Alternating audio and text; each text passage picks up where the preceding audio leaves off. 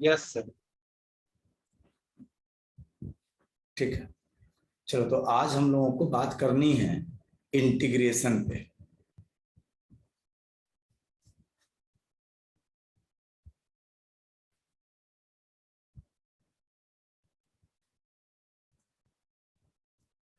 अब देखो इंटीग्रेशन क्या है ना, इंटीग्रेशन एक्चुअल में देखा जाए तो ये एक एडिशन का ही मतलब एक तरीके से एडवांस वर्जन है। इंटीग्रेशन में हम लोग करते क्या है, पहले आपको किसी चीज को ऐड करना है जिसके बारे में आपको की बात पता है कि हाँ भाई ये वाली चीज यहां से लेके यहां तक बदल रही है, यहां से लेके यहां तक वेरी कर रही है। तो इंटीग्रेशन में हम लोग करेंगे कि उसकी एक लिमिट लगाएंगे कि एक इस लिमिट से लेके इस लिमिट तक हम उसको इंटीग्रेट कर रहे हैं, मतलब उस लिमिट से उस लिमिट तक उसे हम ऐड करने वाले हैं। ठीक है, जैसे आप मान लो कि कोई ऐसा एक पैटर्न है जिसका एडिशन आपको नहीं पता है, उसका आपको फंक्शंस के बारे में पता है। जैसे मान लो डिस्क्रीट वैल्यूज जो होती है, डिस्क्रीट वैल्यूज का मतलब किस टाइम पर किसकी वैल्यू कितनी है। तो अगर आपको 10 वैल्यूज दी गई हैं और 10 टाइम दिए गए हैं तो आपको उन सारी 10 वैल्यूज को आप आराम से ऐड कर सकते हो। लेकिन अगर मान लो आपको कोई वेरिएशन है, कॉन्टिन्यूअस है, यहां से लेके यहां पर भी है, वो यहां पर भी है, यहां पे भी है, यहां पे भी है, अब इन सारी वैल्यूज को ऐड करना है यहां से लेके यहां तक, तो ये इनफाइनाइट मिनी वैल्यूज यहां मिल रही हैं। अब इन सबको ऐड करना होगा, तो उसके लिए हम लोगों ने ये एक टेक्निक निकाली जिसको हम बोलते हैं इंटीग्रेशन।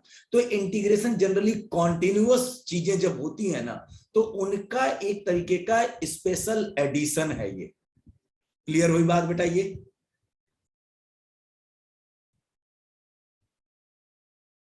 यस। बोलो। ठीक, तो चलिए अब थोड़ा सा इसके बारे में हम बात को समझते हैं, इंटीग्रेशन को थोड़ा सा सीखते हैं कि क्या चीज है। और आपको यहां पर इसका कुछ और ग्राफिकल वर्जन भी मैं बताता हूं। जैसे मान लो कोई आपके पास फंक्शन है, y ये है और ये एक्सिस x है और y equal to f x है। ठीक, और आपका एक ग्राफ इस तरीके से वैरी कर रहा है।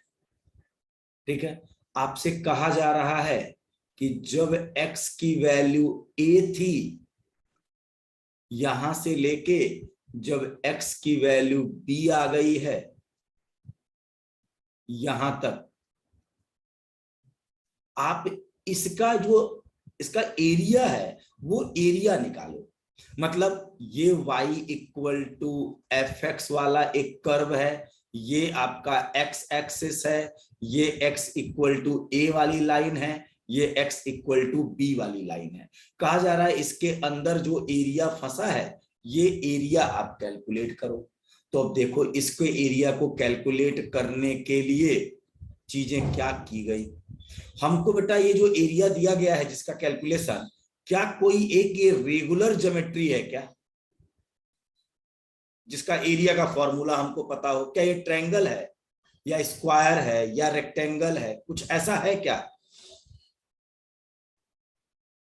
No sir. नहीं ना। तो इसका अब एरिया निकालने के लिए हमें क्या करना पड़ेगा, अपनी एक जानी पहचानी ज्योमेट्री में इसको ब्रेक करना चाहिए। तो हमने देखो क्या किया, इसको अपनी जानी पहचानी ज्योमेट्री में ब्रेक कर रहा है। कैसे ब्रेक कर रहे हैं देखो, मैंने क्या किया, ए से लेके बी तक इसमें कुछ स्ट्रिप्स कट किए। ऐसे देखो, एक ये है, एक ऐसे कुछ पतले पतले मैंने स्ट्रिप्स कट किए।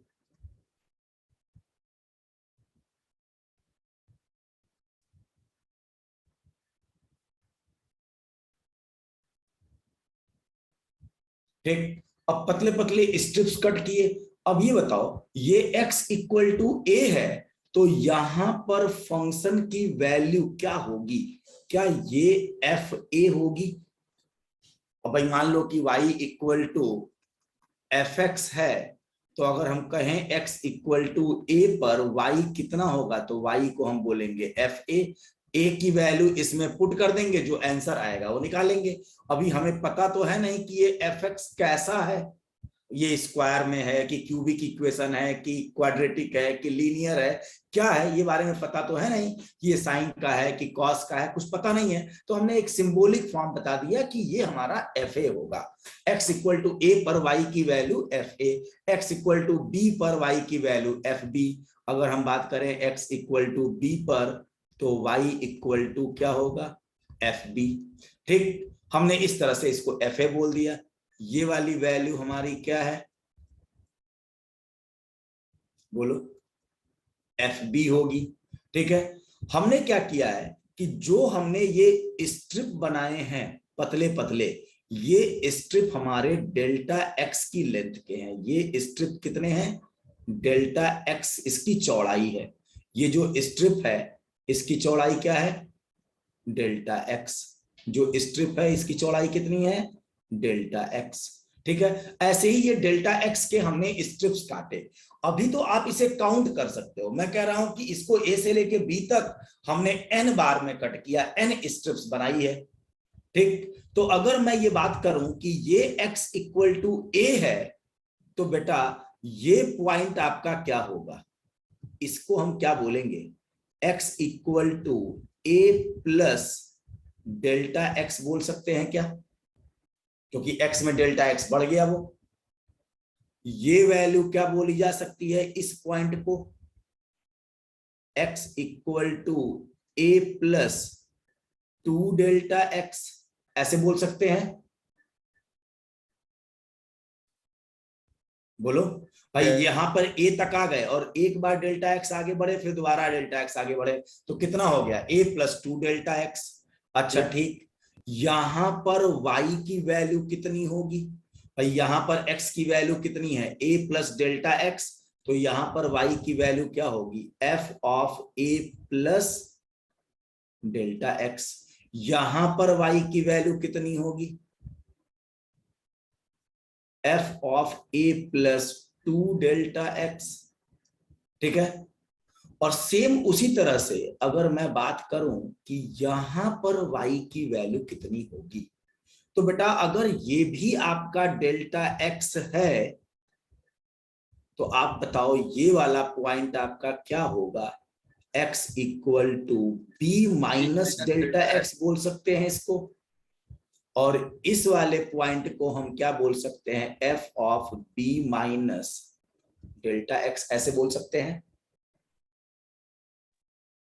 Yes sir. ठीक है, अब देखो हम थोड़ा सा इसमें अब अलग तरीके से काम कर रहे हैं।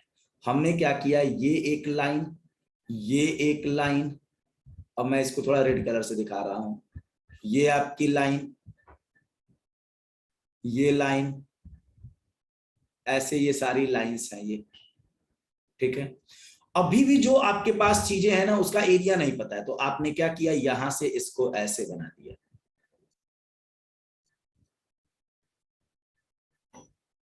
ऐसे बना दिया,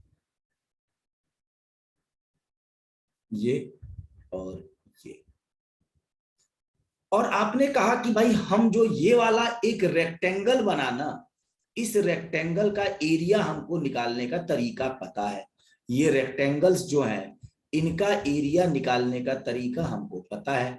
तो कैसे निकालेंगे, रेक्टेंगल का एरिया क्या होता है, लंबाई इंटू चौड़ाई, लेंथ इंटू ब्रेड्थ, यही तो होता है। बोलो, क्या ये बात समझ में आ रही है? Yes sir.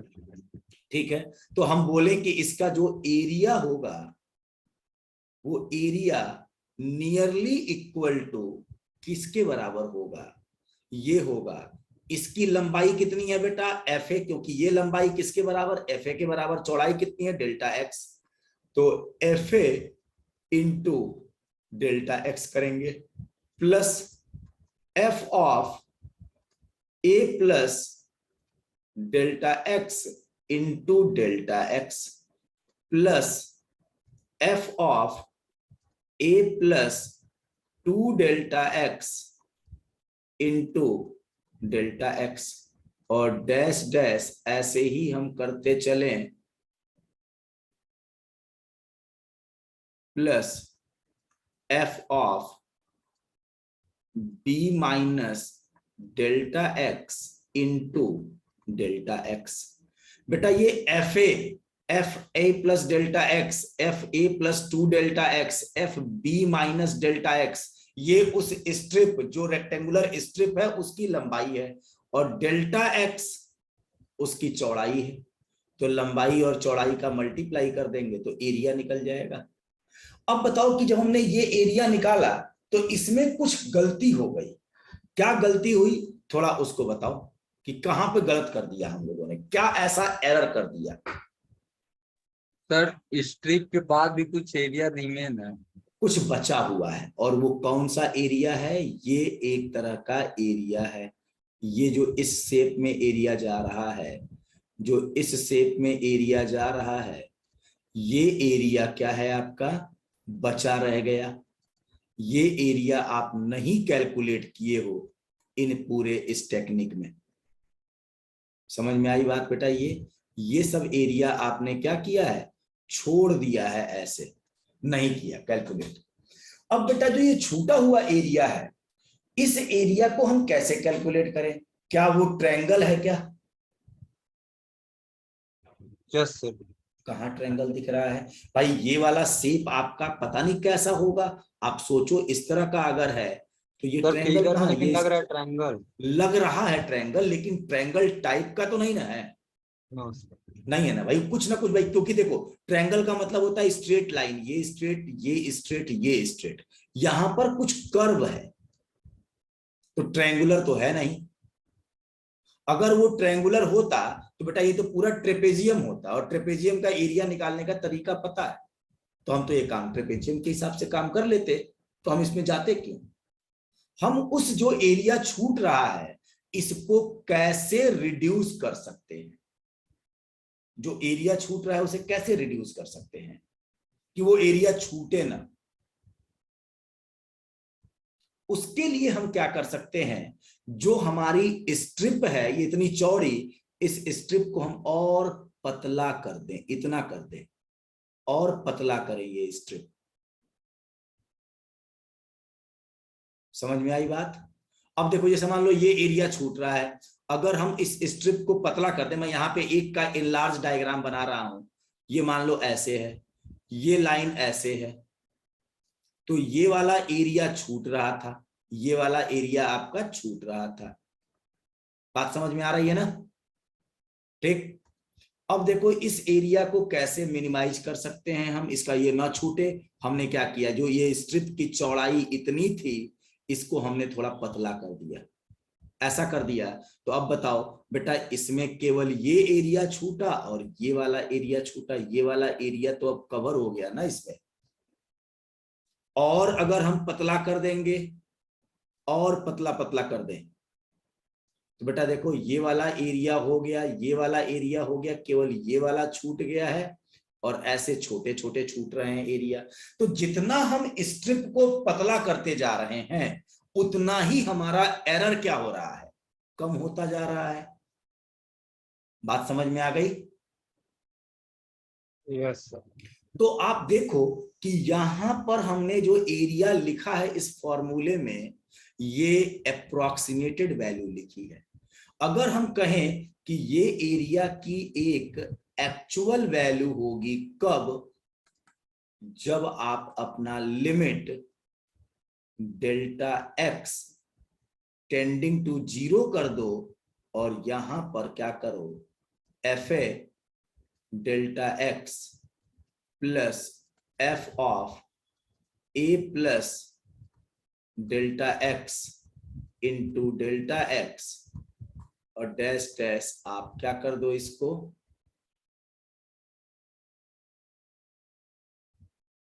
F b minus delta x into delta x. क्या ऐसा हम बोल सकते हैं।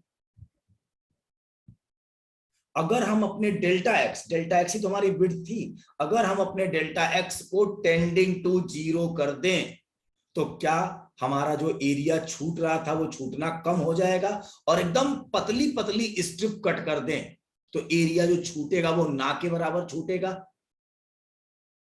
तो जो ये अप्रोक्सीमेटेड वैल्यू थी वो एक तरीके से रियल वैल्यू में कन्वर्ट हो जाएगी। और आप इसमें किसको बदल रहे हो, इस डेल्टा एक्स को ही तो बदल रहे हो, वेरी करा रहे हो, एकदम टेंडिंग टू जीरो कर रहे हो। Yes sir. तो इसी चीज को जब आप इस एडिशन के ऊपर अपने limit delta x tending to zero कर देते हो, तो इसी एडिशन को मैथमेटिक्स में एक नई ब्रांच कैलकुलस होती है और उसमें ये सिंबल दिया जाता है। और जो ये एफ ए है वो क्या है, एक फंक्शन की वैल्यू ही है ना, F a plus delta x, f a plus 2 delta x, ये सब फंक्शन की वैल्यू है ना। तो इंटीग्रेशन ऑफ एफ एक्स और डेल्टा एक्स को हम क्या बोल देते हैं, डीएक्स, और लिमिट क्या होगी, ए से बी तक, लिमिट क्या होगी, ए से बी तक। तो ये एरिया इस तरीके से अगर आप किसी इसको इंटीग्रेट कर दो तो वो आपको मिल जाएगा। तो अब देखो यहां पर जो लिमिट लगी है वो किसकी लिमिट लगी है, यहां पर जो लिमिट लगी है किसकी लिमिट लगी है, dx की लिमिट लगी है। मतलब जो आपका वेरिएबल है, आप देखो x इक्वल टू ए से x इक्वल टू बी तक जाना था ना आपको एरिया निकालने के लिए, तो आप x इक्वल टू ए से x इक्वल टू बी तक आप इसको लिमिट लगा दो, इंटीग्रेट कर दो, तो ये क्या करेगा, वो एरिया वहां एरिया आ से जाएगी। पूरा एरिया, उतना एरिया आ जाएगा ये। और आपका मतलब ये हो गया कि जो इंटीग्रेशन है किसी फंक्शन का वो कुछ नहीं है, वो आपका क्या देता है, अगर इसका हम इंटीग्रेशन कर दें x इक्वल टू ए से x इक्वल टू बी तक, और किसका इंटीग्रेशन, एफ एक्स का, और किसके रेस्पेक्ट में, x के रेस्पेक्ट में, और एफ एक्स कुछ और थोड़े ही है, y ही तो है, तो इंटीग्रेशन ऑफ इसको y dx भी लिख सकते हैं। और ये x इक्वल टू लिमिट आपकी a से x इक्वल टू आपकी लिमिट क्या होगी, b, और ये होता है, इसे बोलते हैं area under the curve within proper limit. इसे हम क्या बोलते हैं, area under the curve with in proper limit. तो जो इंटीग्रेशन होता है बेसिकली वो क्या करता है, अगर आपने कोई ग्राफ बना दिया तो वो ग्राफ के अंदर का एरिया निकाल देता है। इंटीग्रेशन एडिशन तो है लेकिन ग्राफिकली ये इसका एरिया भी बताता है। अगर आपने वो ग्राफ, वो फंक्शन आपने इस प्लेन पर बना दिया तो उस प्लेन का किन्हीं दो लिमिट्स के बीच में वो जो एरिया बाउंड होता है वो इस एरिया के बारे में बता देता है। क्लियर हुई बात, बताइए। और अब देखो कि इसमें जो आपका वेरिएबल है वो केवल x है, वेरिएबल क्या है, x है। वैसे ही आप जब हायर क्लासेज में जाओगे, मतलब 10th 12th के बाद हायर क्लासेज में जाओगे बीटेक के लिए, तो वहां पर आपको वेरिएबल इंटीग्रेशन में एक से ज्यादा मिलेंगे। कोई एक चीज नहीं कि केवल एक ही चीज वेरी कर रही है, एक से ज्यादा चीजों भी वेरी कर सकती हैं। तो मल्टीपल वेरिएबल्स पर भी आपको इंटीग्रेशन परफॉर्म करना होता है। 12th लेवल तक आपको सिंगल वेरिएबल पर ही इंटीग्रेशन करना होता है। और डिफरेंशिएशन भी लगभग कुछ जगहों को छोड़ दिया जाए, 2-3 जगहों पे पार्शियल डिफरेंशिएशन आता है कि आपके वेरिएबल्स वहां पर चेंज होते हैं, वो 12th में है। तो अगर अदरवाइज आपका लगभग हर जगहों पर जो डिफरेंशिएशन भी है या इंटीग्रेशन भी है वो एक सिंगल वेरिएबल के रेस्पेक्ट में ही सारी चीजें की जाती हैं। ठीक है। और ऐसा नहीं है कि वेरिएबल आपका इंटीग्रेशन या डिफरेंस मैंने आपको पढ़ाया यहाँ पे, तो आप जब हायर क्लास में जाओ वहां पे अलग आ जाए तो आप कहो कि वहीं वहां पर तो केवल सिंगल वेरिएबल का किया था। नहीं, आप जब हायर क्लासेज में जाओगे, मतलब आप अंडर ग्रेजुएट प्रोग्राम में जाओगे, तो वहां पर आपको मल्टीपल वेरिएबल्स में डिफरेंशिएशन और इंटीग्रेशन को परफॉर्म करने का मौका मिलेगा। और एक चीज और ध्यान रखिएगा कि हम इंटीग्रेशन किस चीज का करेंगे अपने पूरे 12th लेवल पर। हम इंटीग्रेशन केवल और केवल स्केलर क्वांटिटीज का करेंगे। क्योंकि एडिशन जनरली स्केलर क्वांटिटीज का ही हम लोग करते हैं, वेक्टर का भी करेंगे, लेकिन ये वेक्टर एडिशन नहीं देता है, ये आपको क्या देता है, स्केलर एडिशन देता है ये, ठीक है। वेक्टर में भी इसके बाद अब हम लोग जो चैप्टर शुरू करेंगे वो वेक्टर ही होगा, तो यहां पर वेक्टर एडिशन नहीं होगा, आपको केवल और केवल स्केलर एडिशन देगा। मतलब स्केलर क्वांटिटी, अगर कोई फंक्शन स्केलरली अगर आपका ऐड हो रहा है तो उसको, अगर आप कंटिन्यूअस फंक्शन है तो उसे एक लिमिट से दूसरे लिमिट तक इंटीग्रेट कर दो, उसका एडिशन मिल जाएगा। और आपको और एक बात बता दें कि जो ये सिंबल आपको दिख रहा है ना, ये सिंबल पहले ऐसा ही था, एस था, समेशन था वो, लेकिन ये चीज बदलते बदलते लोगों ने इसको ऐसे करते करते करते करते ये इस शेप में चला आया, क्योंकि इसके बगल में हमें लिखना होता है एफ एक्स, तो लोग कंफ्यूज हो रहे थे कि इस वाले सिंबल से, तो उस वाले सिंबल को लोगों ने कन्वर्ट करते करते करते करते इसको क्या कर दिया, ऐसा कर दिया है ये, तो ये एस ही है, बिगड़ा हुआ ये एस है। समझ में आई बात? तो इंटीग्रेशन कुछ और नहीं है, समेशन है। हाँ, अब एक चीज और समझना, इंटीग्रेशन ऐसा समेशन है, ऐसा एक असेंबलिंग है जिसमें जब चाहो तब उसे आप डिसमेंटल कर सकते हो।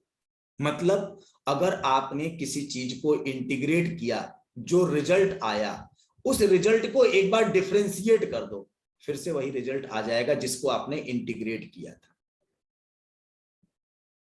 बात समझ में आई? एक समेशन होता है जिसमें हम लोग चीजों को मिक्स करते हैं, एक चीज में दूसरी चीज मिक्स कर दिया, उसको ही बोल रहे हैं कि उसमें समेशन हो रहा है। और एक चीज होता है कि हम उसे इंटीग्रेट करते हैं। इंटीग्रेट करने का मतलब है कि हम एक तरीके से इंटीग्रेटेड सिस्टम बनाते हैं। जैसे मान लो कि आप अगर जाओगे कंप्यूटर की मार्केट में और एक कंप्यूटर असेंबल कराओगे, तो उसको असेंबलिंग करते हैं, और असेंबलिंग में कुछ और नहीं है, इंटीग्रेट करते हैं। वो मॉनिटर खरीदेंगे, ले आएंगे, मदरबोर्ड ले आएंगे, आपका सीपीयू ले आएंगे, आपका प्रोसेसर पूछेंगे कौन सा लगाना है, सबको अलग अलग कंपनी का जो सबसे बेस्ट है वो खरीद के ले आते हैं, और उसको क्या करते हैं, कंप्यूटर अपना असेंबल करके बना लेते हैं। जो भी बहुत हाई गेमिंग वाले कंप्यूटर लोग बनाते हैं वो असेंबल करते हैं, ठीक है। वो लैपटॉप और उन चीजों पर ज्यादा नहीं जाते हैं, वो चाहते हैं कि हमारे पास एक अच्छा सिस्टम हो। तो अब देखो कंप्यूटर की मार्केट में हर चीज क्या है, अलग अलग कंपनियां अलग अलग चीज बनाती है अच्छी अच्छी, और अगर आप एक फिक्स कंपनी का लोगे तो वो अपने हिसाब से, अपने बजट के हिसाब से वो चीजें करेंगी। वहां पर आपको अगर बजट आपके पास अच्छा है, आपके पास 2.5 लाख 3 लाख तक का बजट है, तो आप दुनिया के सबसे अच्छे अच्छे ब्रांड आप उसमें यूज करो। मॉनिटर आप अलग ले लो, मदरबोर्ड आप अलग कंपनी का सबसे बेस्ट जो मदरबोर्ड बनाता है वो ले लो, सबसे अच्छा जो प्रोसेसर है वो आपका i9 वो ले लो, सबसे अच्छा ग्राफिक्स कार्ड आप ले लो। तो इस तरीके से आप चीजों को कर सकते हो। क्लियर हुई बात? तो बेटा वो आपकी असेंबलिंग है, वही आपका इंटीग्रेशन है। और जब चाहे मान लो कोई एक सामान खराब, आप उसको निकाले, उसको बदल दिए। क्लियर हुई बात ये बेटा? ये तो ये इंटीग्रेशन का सबसे अच्छी बात है कि जिस चीज को आप इंटीग्रेट कर रहे हो, अगर आप उसे डिफरेंशिएट कर दो तो फिर से वही वाली वैल्यू मिल जाएगी। जैसे एक क्लासरूम को आपने इंटीग्रेट किया, बनाया, क्लासरूम में टेबल चेयर रखा, क्लासरूम के अंदर लाइट लगाई, क्लासरूम में बोर्ड लगाया, क्लासरूम में बच्चे आए, पंखे लगाए, सब कुछ किया। अब क्लासरूम में एक टीचर को ले आया गया, तो एक क्लासरूम क्रिएट हो गई, क्लासरूम चलने लगी। अब मान लो कि वो क्लासरूम को कहीं शिफ्ट करना है, तो क्या वो सारी चीज नई तरीके से खरीदना पड़ेगा? क्या हम इसमें से उठाएं, उसमें लगा दें, असेंबल कर दें वहां पे? तो ये चीज होती है इंटीग्रेशन। और समेशन का मतलब थोड़ा समझना, समेशन और इंटीग्रेशन में थोड़ा सा डिफरेंस है। जैसे मान लो एक ग्लास है, इस ग्लास में आप पानी भर लो, ठीक, और इसमें आप 1 चम्मच शक्कर डाल दो, तो ये शरबत बन जाएगा। 2 चम्मच डाल दो, थोड़ा और मीठा हो जाएगा। अब जब चाहे तब क्या आप इसमें से हूबहू वही पानी और हूबहू वही चीनी के पार्टिकल बाहर निकाल सकते हो क्या?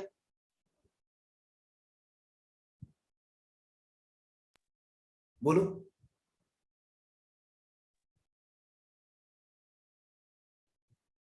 नो बताओ। सर।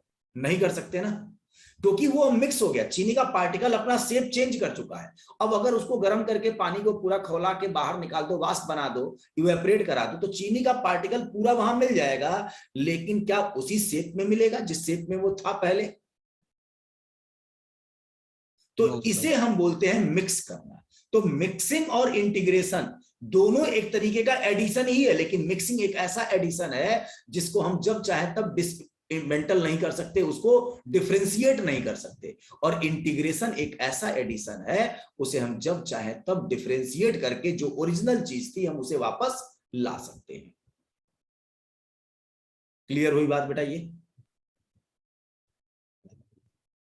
यस तो इंटीग्रेशन का ग्राफिकल मीनिंग ये है।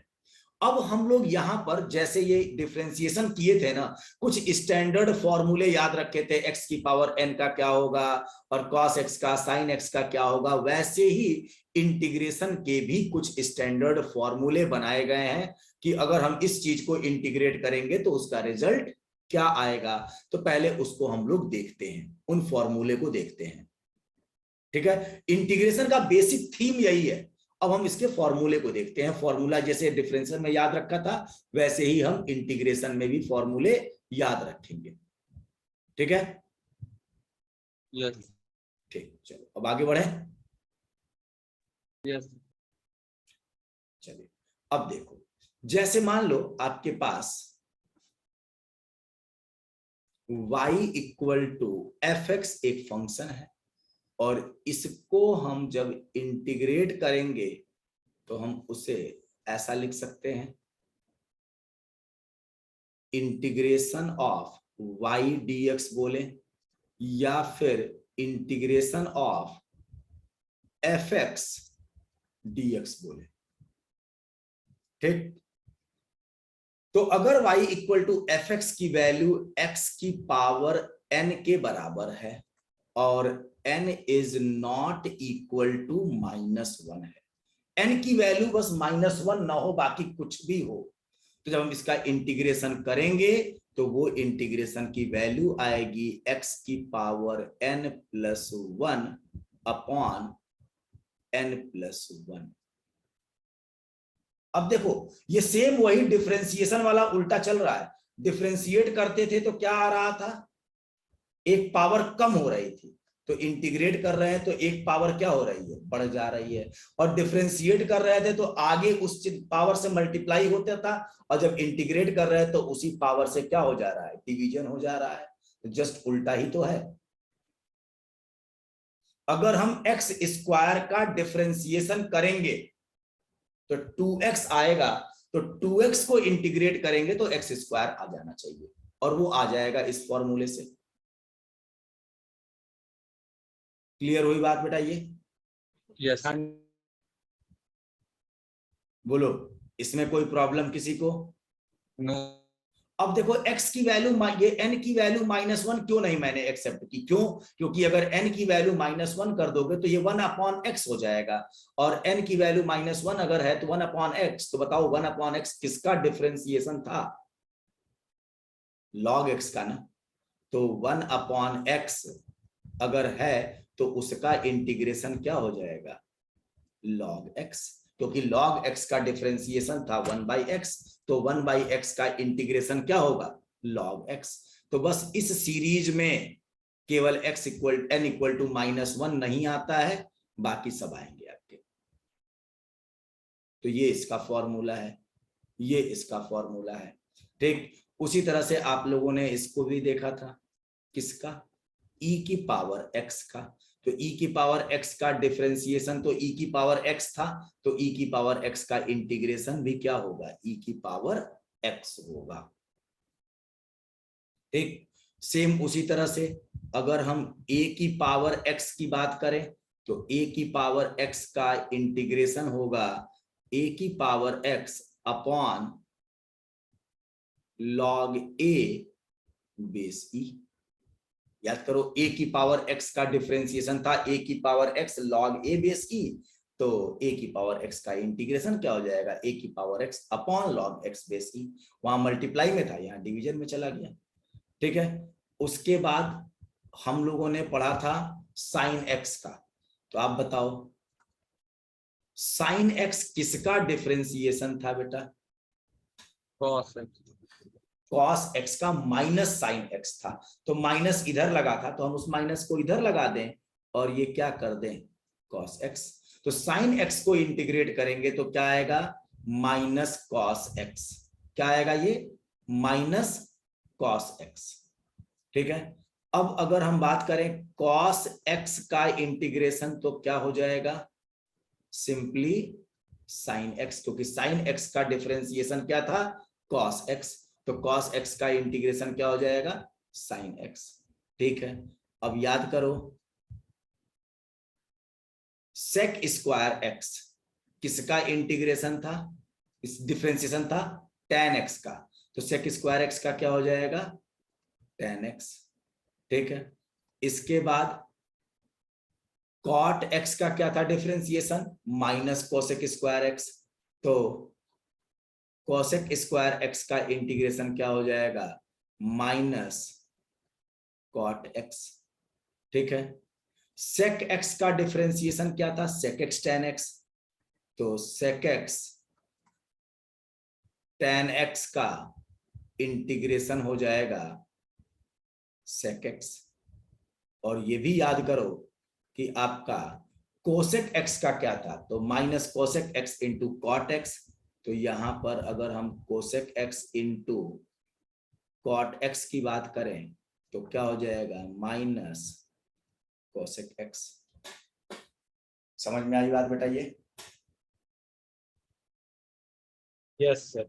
ठीक है, और इंटीग्रेशन के और फॉर्मूले होते हैं, ऐसा नहीं है कि बस केवल ये फॉर्मूले यहीं पे खत्म हो गए, इंटीग्रेशन के और फॉर्मूले हैं, लेकिन अभी जो शुरुआती दौर में हम इंटीग्रेशन केवल इतने ही पर काम करेंगे, और धीरे धीरे जब हमारी अंडरस्टैंडिंग बढ़ती जाएगी तो हम आपको इंटीग्रेशन के बारे में थोड़ा और डिटेल में बात करेंगे, फॉर्मूले थोड़े और बढ़ाएंगे। जैसे साइन एक्स का cos x minus cos x है, कॉस एक्स का साइन एक्स है, और उसके बाद tan x का भी होता है, cot x का भी होता है, sec x का भी होता है, cosec x का भी होता है, इन सब के होते हैं। तो इसकी बात हम लोग आगे करेंगे, अभी कोई जरूरत नहीं, फिजिक्स में इतने फॉर्मूले की ही अपना काम चल जाएगा, इससे ज्यादा इंटीग्रेशन पर जरूरत नहीं पड़ेगी। हाँ, मैथमेटिक्स में इससे ज्यादा फॉर्मूले होते हैं और वहां पर मैथमेटिक्स के क्वेश्चन करने के लिए इनसे भी ज्यादा की जरूरत पड़ेगी।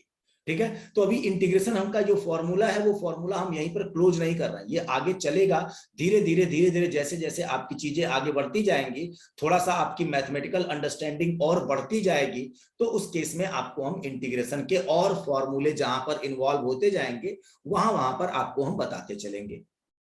ठीक है, यस। ठीक। अब देखो ये तो आपके फॉर्मूले हो गए, इसके बाद आपके कुछ रूल्स हैं, रूल्स ऑफ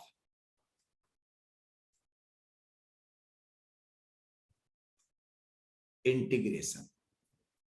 इंटीग्रेशन के कुछ रूल्स हैं। पहली चीज क्या है, पहला रूल क्या है, देखो अगर हम किसी कांस्टेंट नंबर को इंटीग्रेट कर रहे हैं, याद करो कांस्टेंट का डिफरेंशिएशन जीरो था, तो जीरो का इंटीग्रेशन तो कांस्टेंट आएगा ना, पहली चीज। और अगर मान लो कि कोई कांस्टेंट है उसको इंटीग्रेट कर रहे हैं, ठीक है, जैसे हमने इंटीग्रेट कर रहे हैं केवल ऐसे, एक कांस्टेंट है अल्फा और हमने लगा दिया केवल dx। अब देखो जब भी ये इंटीग्रेशन का ये सिंबल आएगा तो आपके साथ में ये dx जरूर इन्वॉल्व होगा, क्योंकि इंटीग्रेशन किस वेरिएबल के रेस्पेक्ट में कर रहे हो ये बात पता होना चाहिए। तो आपको कुछ नहीं करना है, इस कांस्टेंट को बाहर कर दीजिए और इंटीग्रेशन ऑफ dx बोलिए। अब बेटा इसको हम ऐसे लिख सकते हैं, अल्फा ऐसे, और dx जो है ये 1, कोई भी चीज अगर आपके पास है ये 1 dx लिख सकते हैं, dx के साथ 1 dx बोल सकते हैं ना।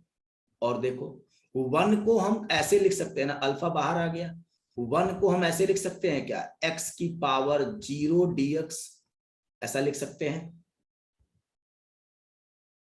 भाई। किसी भी भाई 1 को हम x की पावर 0 लिख सकते हैं, किसी की पावर 0 कर दो उसकी वैल्यू क्या होगी, 1 होगी।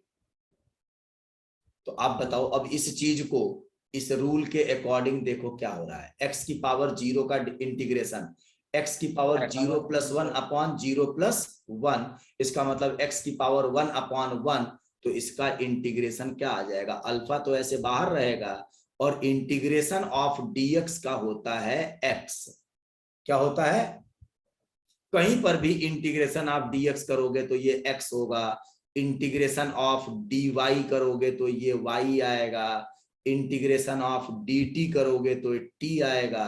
तो कोई भी ऐसी चीज हो जिसमें केवल और केवल आपका 1 हो तो 1 का इंटीग्रेशन हमेशा x के रेस्पेक्ट में x, y के रेस्पेक्ट में y, t के रेस्पेक्ट में t। ठीक है। Yes. प्लस एक यहां पर हम लोग और काम करते हैं, एक लिखते हैं कांस्टेंट। अब कहोगे सर ऐसा क्यों? भाई आप बताओ, ये अल्फा एक कांस्टेंट है ना, तो क्या अल्फा को हम अल्फा प्लस 0 नहीं लिख सकते हैं क्या? The right. लिख सकते हैं ना? Yes. या अल्फा प्लस हम 2 नहीं लिख सकते हैं? अगर लिख लिए अगर तो कोई दिक्कत No. नहीं। अल्फा प्लस 0, अल्फा प्लस 0 देखो, क्योंकि अल्फा प्लस 0 ही देखो, अल्फा प्लस 2 नहीं, अल्फा प्लस 0 देखो बस की वजह से। तो अब ये बताओ, हमने अभी कहा ना कि ये चीज क्या है, इंटीग्रेशन कुछ और नहीं है, डिफरेंशिएशन का उल्टा है। तो भाई मान लो कि आपने किसी चीज को डिफरेंशिएट किया और उसकी वैल्यू अल्फा आ गई, और क्या आपने डिफरेंशिएट किया, जैसे मान लो मैंने बोला कि अल्फा एक्स प्लस 2 का डिफरेंशिएशन बताओ कितना आया। अल्फा एक्स प्लस 2 का डिफरेंस, अल्फा कांस्टेंट है तो कांस्टेंट तो ऐसे रख दिया, x का डिफरेंशिएशन होता है 1 और 2 का होगा 0, तो ये हो जाएगा डिफरेंशिएशन। अगर हम बोले अल्फा एक्स माइनस 3 का डिफरेंशिएशन बताओ तो क्या हो जाएगा, अल्फा माइनस 0, ऐसा आएगा। Yes. इसका मतलब यह है कि अगर हम इसको इंटीग्रेट कर दें अब तो हमें हूबहू यही मिल जाना चाहिए। अगर हम इसको ऐसे इंटीग्रेट कर दें तो हमको हूबहू यही मिल जाना चाहिए। लेकिन अब पता नहीं कौन सा कांस्टेंट था जिसको आपने डिफरेंशिएट किया तो 0 आया, इसके बारे में जानकारी तो नहीं ना हमें है। तो इसीलिए हम लोग जब इंटीग्रेशन करते हैं किसी भी चीज का तो मान लेते हैं कि हो सकता है कि वहां पर कोई कांस्टेंट होगा जिसको डिफरेंशिएट करने पर वो 0 हो गया होगा। तो इस अल्फा में हम 0 तो लिख नहीं ना रहे हैं, अल्फा प्लस 0 नहीं लिख रहे हैं ना, तो मान लेते हैं कि उस 0 को इंटीग्रेट करेंगे तो कोई ना कोई कांस्टेंट आएगा। इसीलिए वहां पर हमेशा क्या कर देते हैं, एक कांस्टेंट हम लोग ऐड कर देते हैं। इसी तरह से बस सी लिख देंगे, कांस्टेंट केवल हम उसको लिख देंगे ऐसे। कोई प्रॉब्लम बेटा इसमें, किसी तरह कोई समस्या? ठीक। तो जब भी हम काम करेंगे तो इंटीग्रेशन में लास्ट में क्या कर देंगे, एक कांस्टेंट हम लोग ऐड कर देंगे। ठीक है। और जब हम इंटीग्रेशन पर अपनी कोई लिमिट नहीं लगाए हैं, इंटीग्रेशन पर अपनी कोई हम लोग लिमिट नहीं लगाए हैं, तो उस केस में वैसे इंटीग्रेशन को हम बोलते हैं इनडेफिनिट इंटीग्रेशन। क्या बोलते हैं, बोलिए? Indefinite integration. इनडेफिनिट इंटीग्रेशन, जहां लिमिट नहीं लगा है। तो इनडेफिनिट इंटीग्रेशन में यहां कोई लिमिट नहीं लगा होगा, यहां कोई लिमिट नहीं होगा, तो इसलिए कांस्टेंट सी आएगा। जब डेफिनिट आता है तो वहां पर कांस्टेंट लगाने की जरूरत नहीं होती है। अब ये हम आपको बताएंगे कि ये कैसा हो, कैसे है ये। ठीक है। एक बात तो ये समझ में आ गया, पहला रूल कि किसी भी कांस्टेंट फंक्शन को इंटीग्रेट करोगे तो उसके साथ उसमें एक्स आ जाएगा, अगर एक्स के रेस्पेक्ट में कर रहे हो तो। मतलब dx का इंटीग्रेशन x होता है, dy का इंटीग्रेशन y होगा, dt का इंटीग्रेशन t होगा। क्लियर? Yes, sir. दूसरा, अब देखो, अगर मान लो आपको ऐसे काम करना है, इंटीग्रेशन ऑफ y मतलब fx, y integration of y dx की वैल्यू आपको पता है कि ये वैल्यू fx हो रही है कुछ, जैसे ये fx जो है ये मैंने ये लिखा है, इसको हम बोल देते हैं कैपिटल fx। किसी फंक्शन का इंटीग्रेशन, चाहे आप ऐसे लिखो चाहे ऐसे लिखो, इसकी वैल्यू इतनी है, ये सारी वैल्यू कैपिटल fx वाला है ये। अगर किसी फंक्शन का इंटीग्रेशन ये है तो इस फंक्शन में अगर आपके पास अल्फा से मल्टीप्लाई कर दिया गया है किसी कांस्टेंट नंबर से, तो ये अल्फा बाहर आ जाएगा और इंटीग्रेशन ऑफ y dx का करो, और y dx का इंटीग्रेशन अगर fx है तो अल्फा अपना fx लिख दो और plus constant c, plus constant c।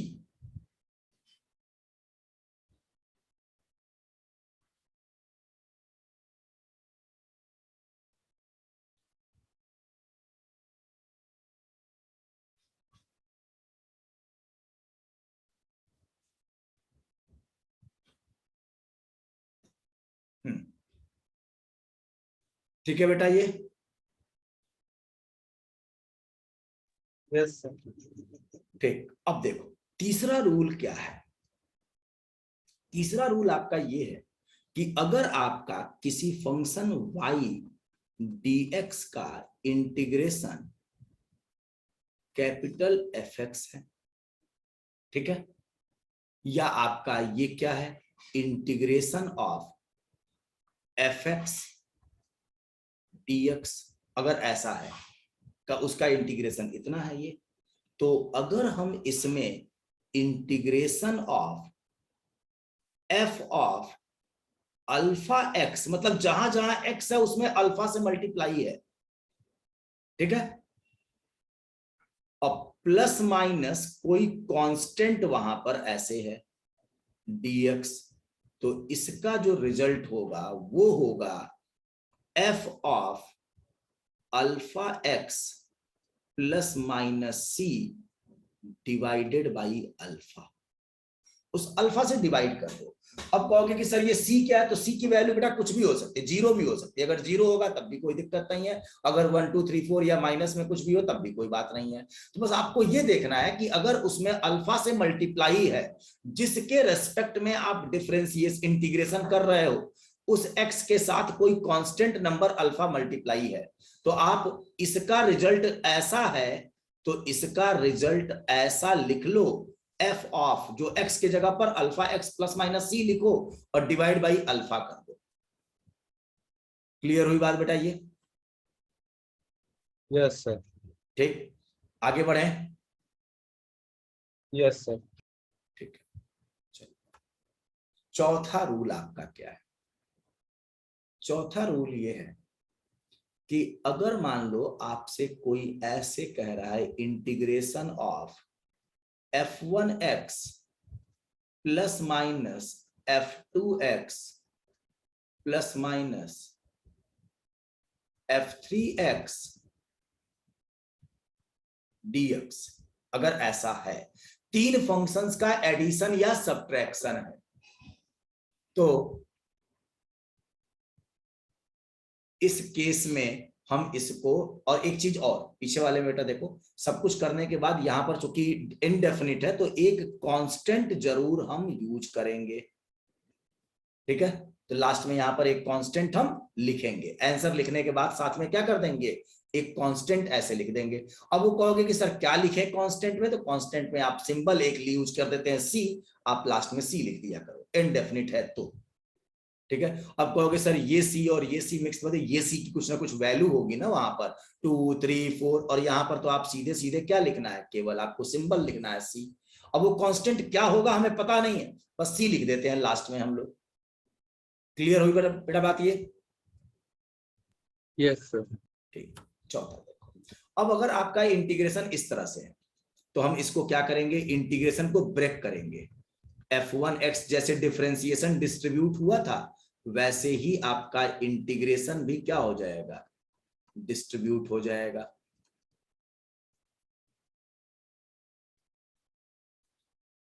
dx ऐसे इंटीग्रेशन भी आपका डिस्ट्रीब्यूट हो जाएगा, अलग अलग तीनों का हम लोग अलग अलग इंटीग्रेशन कर लेंगे। जैसे हम डिफरेंशिएशन अलग अलग करते हैं वैसे हम लोग अपना इंटीग्रेशन भी अलग अलग कर लेंगे, और इंटीग्रेट करने के बाद लास्ट में इसमें हम लोग जब इंटीग्रेट कर लेंगे तो उसमें लास्ट में आपका क्या लिख लेंगे, कांस्टेंट सी। क्लियर हो गई बात बेटा ये? अब देखो इसके बाद जैसे आप लोगों ने ये बात पढ़ी थी डिफरेंशिएशन का मल्टीप्लिकेशन और डिवीजन वाली बात, यहां पर वो बात अगर हम करेंगे तो यहां पर आपको इंटीग्रेशन में जब दो फंक्शंस का मल्टीप्लाई होता है तो वहां पर हमें कुछ स्पेशल रूल के साथ जाना पड़ता है। वहां पर हमें अपने फंक्शंस को चेक करना पड़ता है कि कौन सा फंक्शन कौन सा है।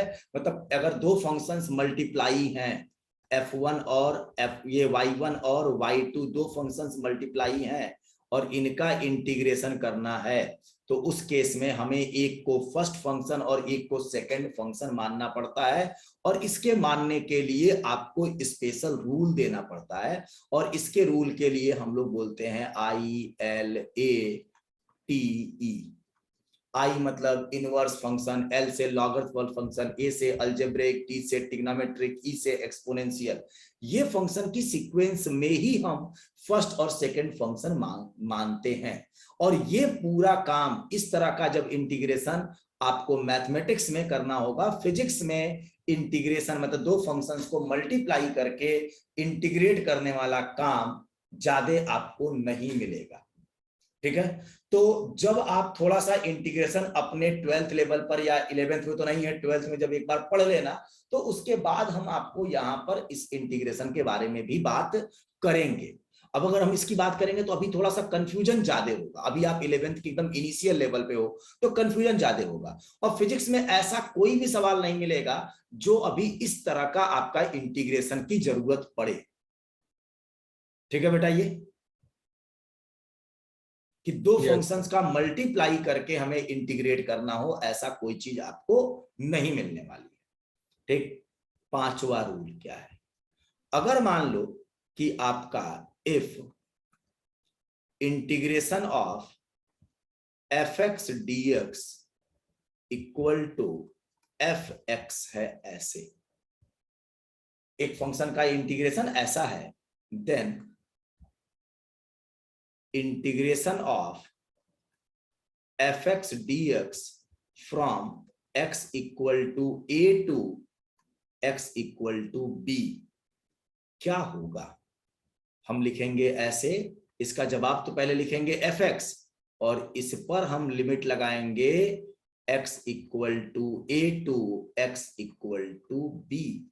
और जब आपने लिमिट लगा दिया तो ये इंटीग्रेशन अब डेफिनेट इंटीग्रेशन में कन्वर्ट हो गया। और डेफिनेट इंटीग्रेशन को ओपन कैसे करते हैं, इसको हम लिखेंगे fb माइनस fa।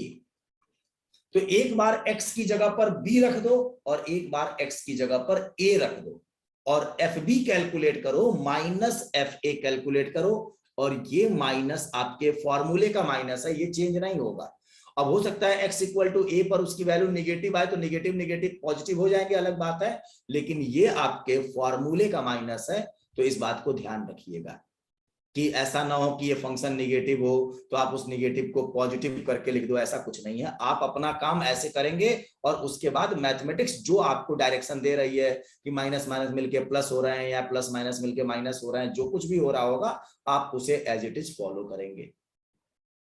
एक बार आपको इस x की वैल्यू b रख देनी है, माइनस एक बार x की वैल्यू को इसमें a रख देना है, तो fb माइनस fa। क्लियर? इसको बोलते हैं हम लोग डेफिनेट इंटीग्रेशन, और इसमें कोई कांस्टेंट लिखने की जरूरत नहीं होती है। जब एक बार x इक्वल टू बी रखोगे तो उसमें भी कोई कांस्टेंट आएगा, यहां पर भी कांस्टेंट आएगा और यहां पर भी कांस्टेंट आएगा। तो बेटा इस कांस्टेंट में से ये कांस्टेंट चला जाएगा तो कांस्टेंट फ्री हो जाएगा ना, तो आपका कोई कांस्टेंट तो बचा ही नहीं ना। तो इसी को बोलते हैं डेफिनेट इंटीग्रेशन, और इसमें हमारा कोई कांस्टेंट रखने की जरूरत नहीं होती है। क्लियर हुई बात बेटा? ये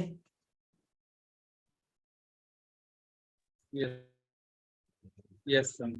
ठीक। और देखो इसके बाद कुछ अच्छी चीज थोड़ा सा और समझना, दो तीन चीजें और हम बात कर लेते हैं। और आप देखो, मैं यहां पर एक बात लिख रहा हूं या बोल रहा हूं, जैसे मान लो आपका ये बात आपको पता है ना कि साइन x का टाइम पीरियड कितना होता है, कितने समय के बाद अपने साइन अपनी वैल्यू को रिपीट करता है? 2 पाई।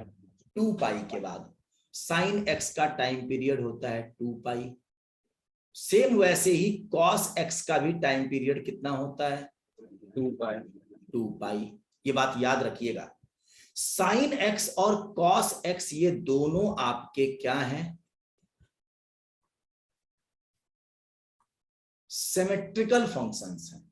अब ये सिमेट्री बेटा, आप मैथमेटिक्स वाली सिमेट्री मतलब symmetry about origin, symmetry about x axis, symmetry about y axis, ऐसा नहीं है, ये वो सिमेट्री नहीं है। हम इसको अपने हिसाब से अपना मैंने एक नाम दिया कि ये फंक्शंस क्या है, सिमेट्रिकल है। सिमेट्रिकल मेरे हिसाब से क्या है कि अगर कोई भी ग्राफ अपने टाइम पीरियड में जितना पॉजिटिव है उतना ही अगर निगेटिव है तो हम उसको बोल रहे हैं कि ये आपका एक एरियल सिमेट्री है, एरिया के अकॉर्डिंग ये क्या है, सिमेट्रिकल है। तो साइन का ग्राफ ये होता है बेटा, कॉस का ग्राफ आपका ऐसे होता है। तो अब देखो यहां तक देखा जाए तो ये कुछ पॉजिटिव और ये कुछ पॉजिटिव और इसके बाद अपॉन में ये सब निगेटिव।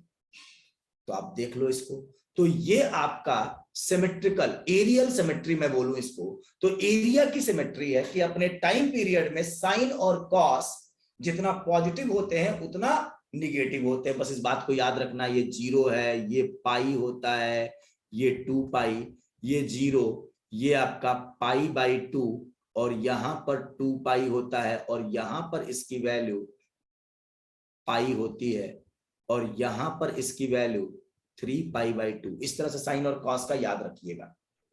तो ये बताओ, जब हम किसी चीज को इंटीग्रेट करते हैं तो हम एक्चुअल में ग्राफिकली क्या कर रहे हैं, उसका एरिया ही तो निकाल रहे हैं ना।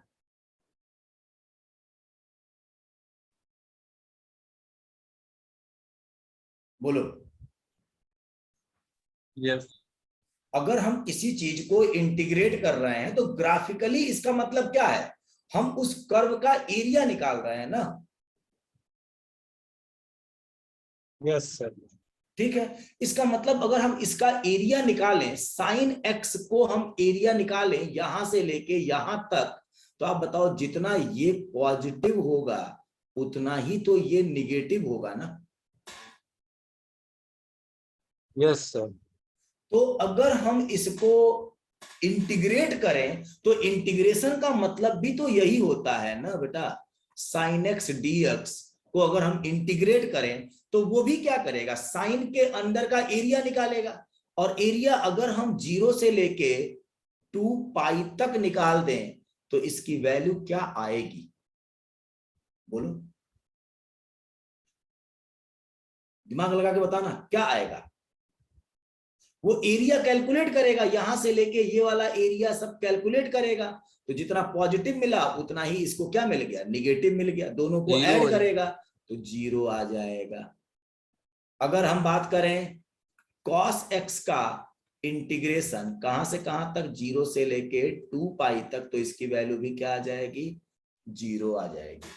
तो sin x और cos x ये सिमेट्रिकल होते हैं। और केवल यही नहीं, ऐसा कोई भी ग्राफ जो पीरियोडिक है और अपने टाइम पीरियड में जितना पॉजिटिव एरिया दे रहा है उतना ही निगेटिव एरिया दे, तो उसे हम बोलेंगे सिमेट्रिकल, एरियल सिमेट्री उसकी है वो। तो अगर किसी भी सिमेट्रिकल फंक्शन को, किसी भी एरियल सिमेट्रिकल फंक्शन को अगर हम उसके टाइम पीरियड के इंटरवल तक डेफिनिट इंटीग्रेशन में लेके चले जाएं तो उसकी वैल्यू क्या मिलेगी, बोलो, जीरो। 0 मिलेगी। और मैंने आपको बता दिया कि साइन और कॉस एरियल सिमेट्री को फॉलो करते हैं, तो इसकी वैल्यू क्या होगी, 0 मिलेगी। अगर किसी भी सिमेट्रिकल फंक्शन को मैं यहां पर लिख रहा हूं, हिंदी इंग्लिश मिला के लिख लो, या अगर वो कहो तो मैं बोल दे रहा हूं, इस बात को लिख लो, ऐसे नोट बना के लिख लो। यस सर, बोल दीजिए। बोल दे रहे हैं, लिख लो इसको।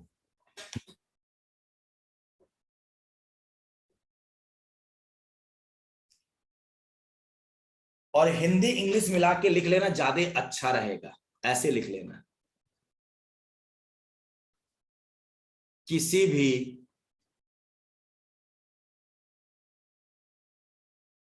सिमेट्रिकल, और कौन सी सिमेट्री बेटा, एरिया, एरिया वाली सिमेट्री की बात कर रहे हैं हम। ओरिजिन के अबाउट सिमेट्री और एक्स एक्सिस के अबाउट सिमेट्री, वाई एक्सिस के अबाउट सिमेट्री की बात नहीं कर रहे हैं। किसी भी सिमेट्रिकल फंक्शन को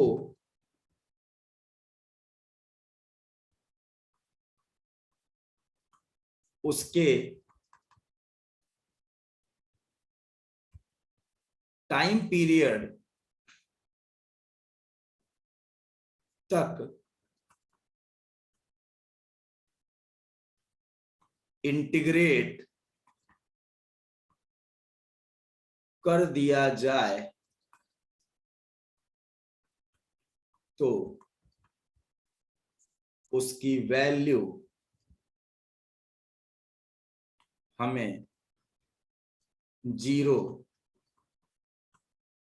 मिलेगी। ये बात याद रखना है और कई जगहों पर यूज होगा। एसी एनालिसिस जब 12th में पढ़ेंगे तो वहां पर यूज होना है, वेव मोशन हम जब पढ़ेंगे 11th में तो वहां पर यूज होना है, कई जगहों पर इसकी वैल्यू हमें यूज करनी पड़ेगी।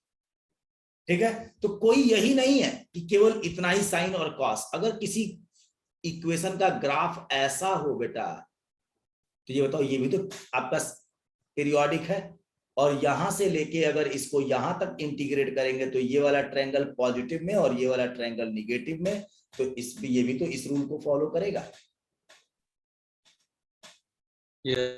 कोई भी फंक्शन ऐसा है जिसका एरिया अपने टाइम पीरियड में जहां से जहां तक इंटीग्रेट किया जा रहा है उसमें जितना पॉजिटिव है उतना ही निगेटिव दिख जाए, तो उसका इंटीग्रेशन की वैल्यू हमेशा क्या मिलेगी? 0 मिलेगी। अब देखो, मैं तुम्हें एक तरीका सिखा रहा हूं और चीज, आप बताना। ये तो बात आपको समझ में आ गई। अब आप बताना, मैं आपको बोला कि साइन एक्स का टाइम पीरियड बेटा कितना होता है? 2 पाई। कॉस एक्स का कितना है? मैथमेटिकल टाइम पीरियड है ये 2 पाई। अगर मैं तुमसे पूछूं कि साइन 2x का टाइम पीरियड कितना होगा,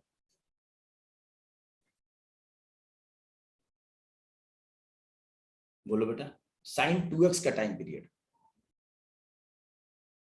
तो उसको तो हम लोग ग्राफ में हाफ कर दे रहे थे ना। हाफ कर रहे थे, इसका मतलब 2 पाई में वो ग्राफ 2 बार रिपीट कर रहा था ना, या सही जगह पहुंच गए थे? तो 2 पाई में आपका ग्राफ 2 बार रिपीट कर गया ना, तो एक बार जहां से कंप्लीटली रिपीट करेगा वही तो आपका टाइम पीरियड होगा। यस, कितना होगा? पाई।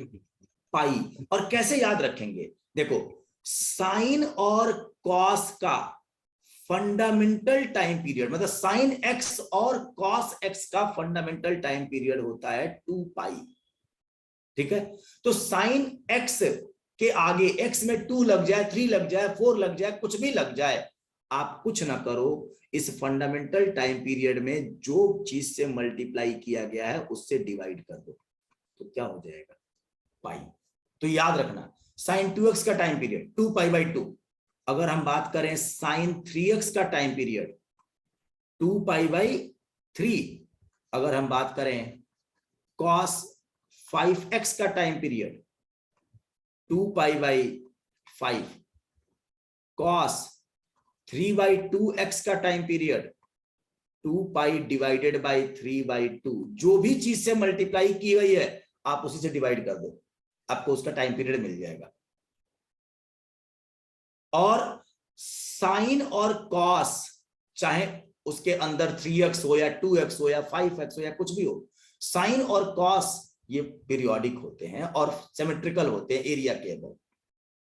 इसका मतलब अगर हम किसी भी साइन या कॉस के फंक्शन को उसका स्क्वायर या उसका क्यूब नहीं, साइन स्क्वायर फंक्शन बेटा अलग है और साइन एक्स अलग है, तो किसी भी साइन के ग्राफ को, किसी भी साइन का फंक्शन, स्क्वायर वाला नहीं, ये नहीं, ये वाला, अब चाहे इस x के अंदर 2x हो, 3x हो, 4x हो, कुछ भी हो, उससे कोई मतलब नहीं है। किसी भी साइन या कॉस के ग्राफ को अगर हम उसके टाइम पीरियड तक इंटीग्रेट कर दें तो उसकी वैल्यू हमें क्या मिलेगी?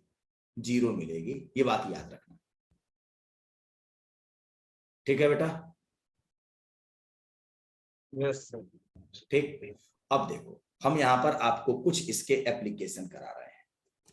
जैसे मैं आपसे कहूं कि साइन, पहले x की बात करते हैं, उसके बाद 2x पे आएंगे। और देखो इसमें आपको हम सिखा रहे हैं कैसे ये चीजें। साइन x का इंटीग्रेशन हम कर रहे हैं 0 से 2 पाई के इंटरवल में। वैल्यू क्या आएगी?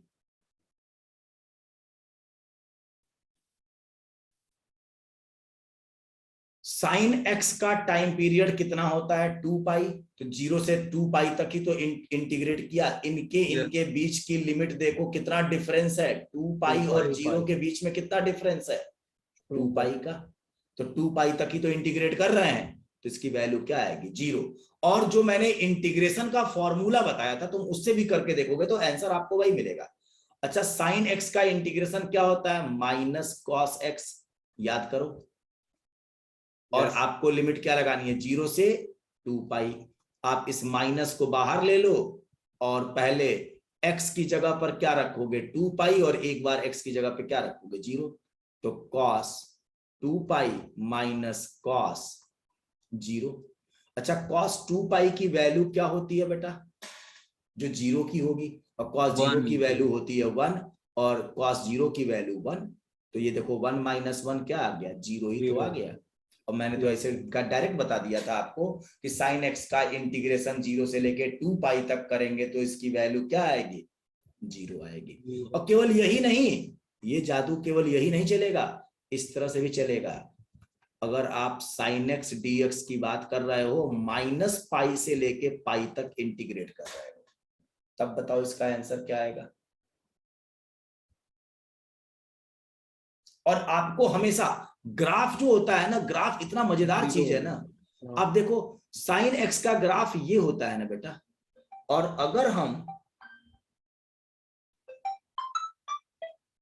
अगर हम इसको पीछे तक इंटीग्रेट कर दें, ऐसे यहां तक इसका ग्राफ बना दें, तो आप देखो ये क्या है आपका? ये पोर्शन निगेटिव और ये पोर्शन पॉजिटिव। ये पाई होता है और ये क्या होता है? माइनस पाई होता है। तो माइनस पाई से पाई तक आप देख लो, पहले निगेटिव वाला एरिया मिला, बाद में क्या मिला आपको? पॉजिटिव वाला एरिया। वैल्यू क्या आ गई? 0।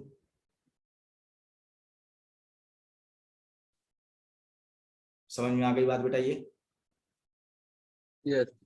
ठीक। तो आपका ये इंटरवल कितना होना चाहिए? ये इंटरवल कितना होना चाहिए?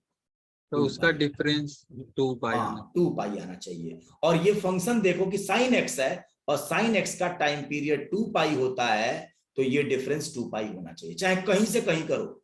साइन एक्स dx और पाई से लेके आप 3 पाई तक कर दो, वैल्यू क्या आएगी? 0। क्लियर? सेम उसी तरह से cos x है आपका dx, इंटीग्रेशन माइनस पाई से पाई तक कर दो, आंसर क्या आएगा? 0। बस एक कंप्लीट टाइम पीरियड होना चाहिए, चाहे वो कहीं से शुरू हो। आप देखो ऐसा नहीं है, आपने अगर बहुत से लोग क्या करते हैं इसको, ऐसा आपके जेई मेंस एडवांस में इस तरह की चीजें फंसाई जाती हैं। अब देखो, मान लो ये वैल्यू आपकी π/2, आपने यहां पर कोई वैल्यू दी और यहां तक इंटीग्रेट किया, तो आप बताओ यहां से शुरू कर रहे हो और यहां से लेके यहां तक आपका 2 पाई टाइम पीरियड हो रहा है, ये भी तो टाइम पीरियड 2 पाई है। ठीक है? तो आप देखो ये थोड़ा पॉजिटिव, ये आपका निगेटिव पूरा पूरा, और ये थोड़ा पॉजिटिव यहां मिला, और जो बचा हुआ पॉजिटिव यहां मिल गया ना, जो आपने यहां पर छोड़ा वो यहां आपको मिल गया ना, तो ये और ये ऐड होके इसके बराबर नहीं हो गए। तो बस आप जहां से जहां तक इंटीग्रेट कर रहे हो वो इंटरवल कितना होना चाहिए? 2 पाई। क्यों? क्योंकि cos x का टाइम पीरियड क्या है? 2 पाई। अब देखो, अगर हम बात करें sin x, अगर हम बात करें ऐसे sin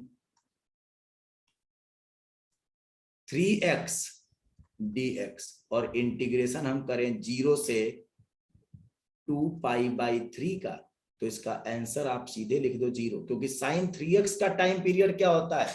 2 पाई/3, इसका मतलब अब इसका और इसके बीच का जो डिफरेंस है वो 2π/3 होना चाहिए। तो आपका इसका टाइम पीरियड कितना है? 2π/3।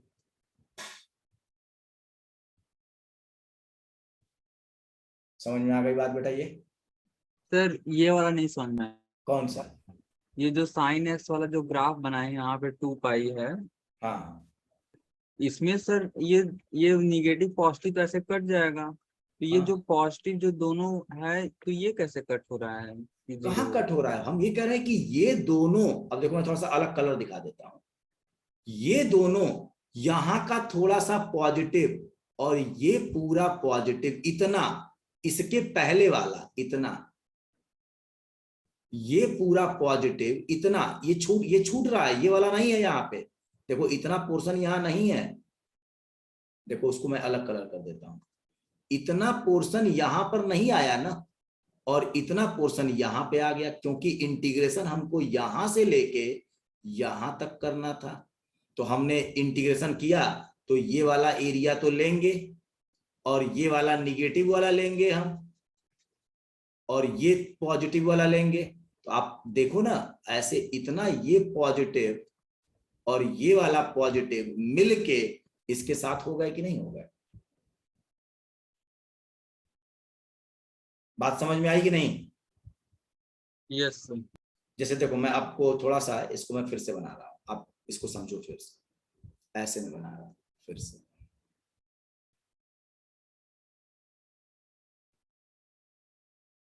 मान लो ये हम यहां से ना शुरू कर रहे हैं, हम यहां से शुरू कर रहे हैं, π/4 से शुरू कर रहे हैं। हम कह रहे हैं कि यहां से इंटीग्रेशन शुरू करिए, और कहां तक इंटीग्रेशन ले जाइए? यहां तक।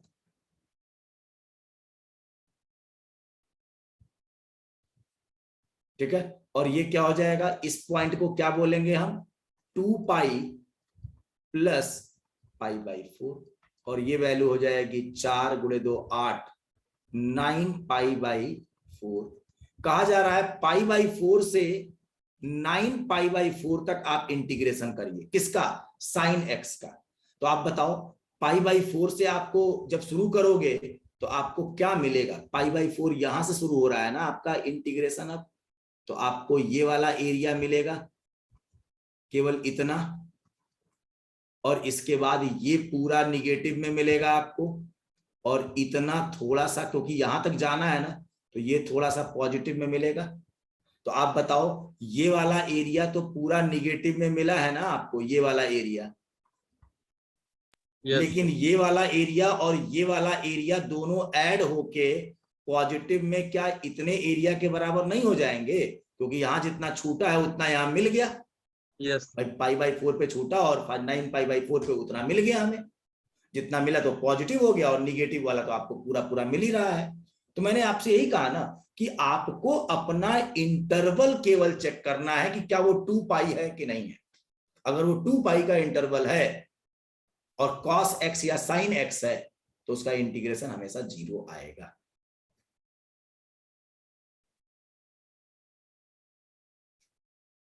ठीक है? यस तो अब देखो, जैसे मान लो यहां पे आपका क्या है? 3x है। अब 3x का टाइम पीरियड क्या होता है? 2π/3। तो आपने 0 से लेके 2π/3 तक इंटीग्रेट किया, और इसकी वैल्यू क्या आ गई? मतलब इसका डिफरेंस क्या है? 2π/3 से 0 के बीच में कितना है? 2π/3। और 2π/3 अगर है तो इसका इंटीग्रेशन कितना आएगा? 0 आएगा।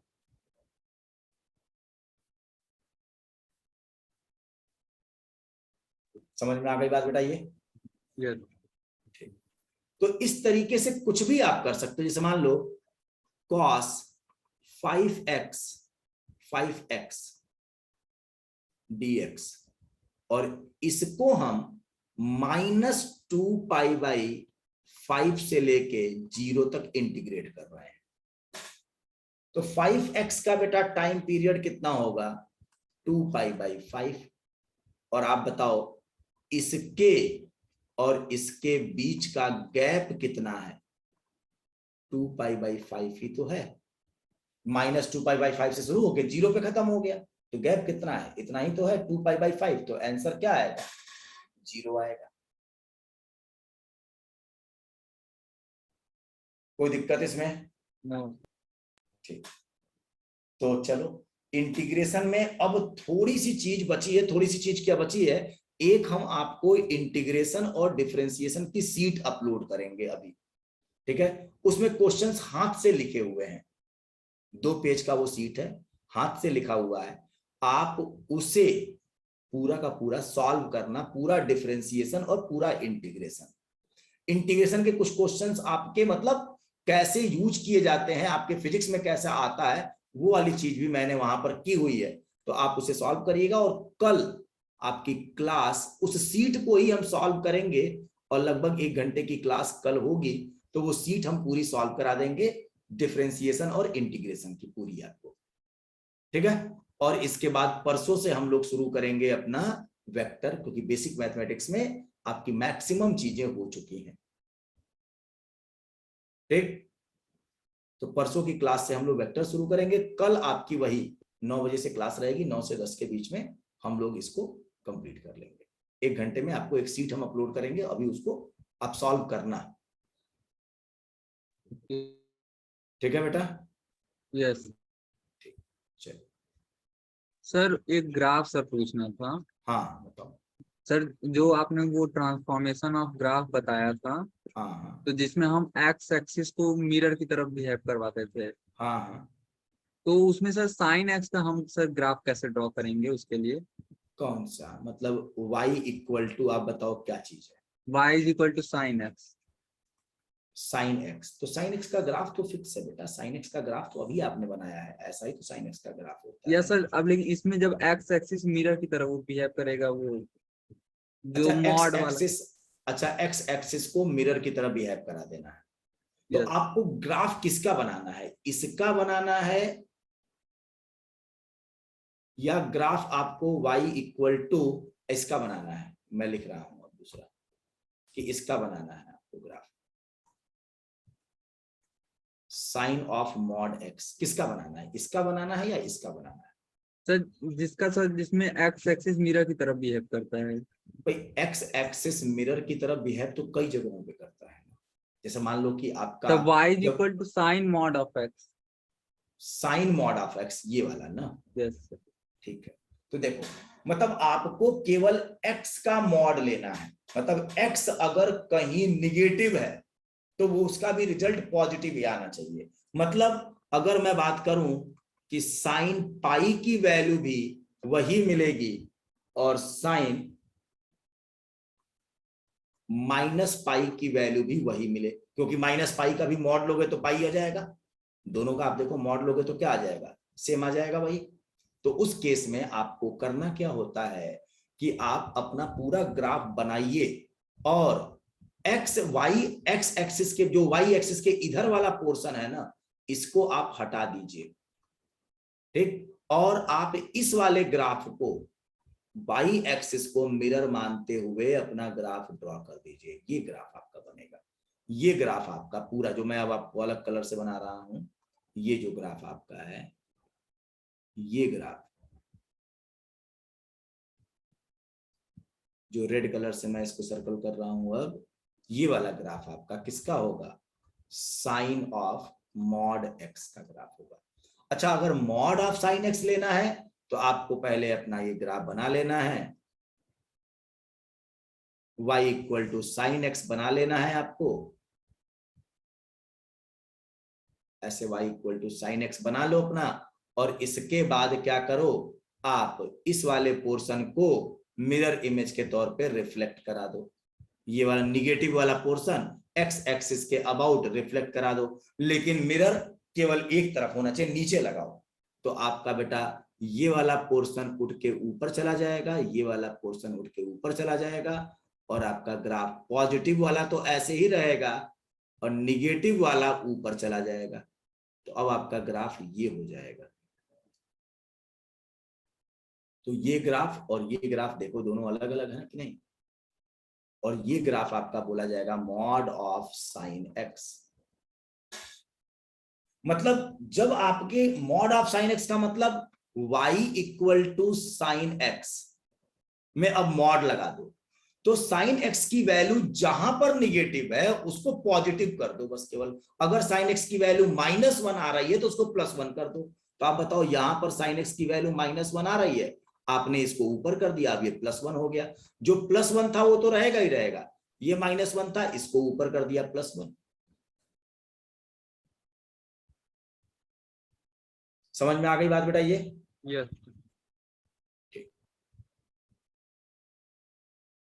ठीक है, तो कल हम 1 घंटे की क्लास और लेंगे और आपको हम सीट अपलोड कर दे रहे हैं, और वो सीट आप अपना सॉल्व करिए, ठीक है?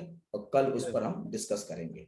तो डिफरेंशिएशन इंटीग्रेशन के क्वेश्चंस भी आपके हो जाएंगे, और उसके बाद तो फिर हम लोग अगली क्लास में, परसों की क्लास में वेक्टर शुरू करेंगे।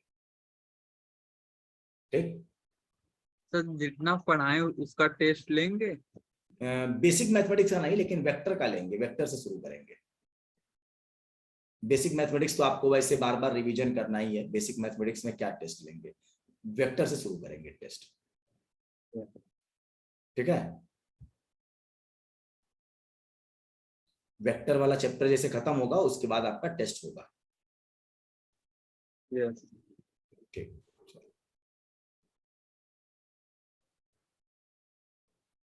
ठीक, क्लास हम ऑफ कर रहे हैं ना।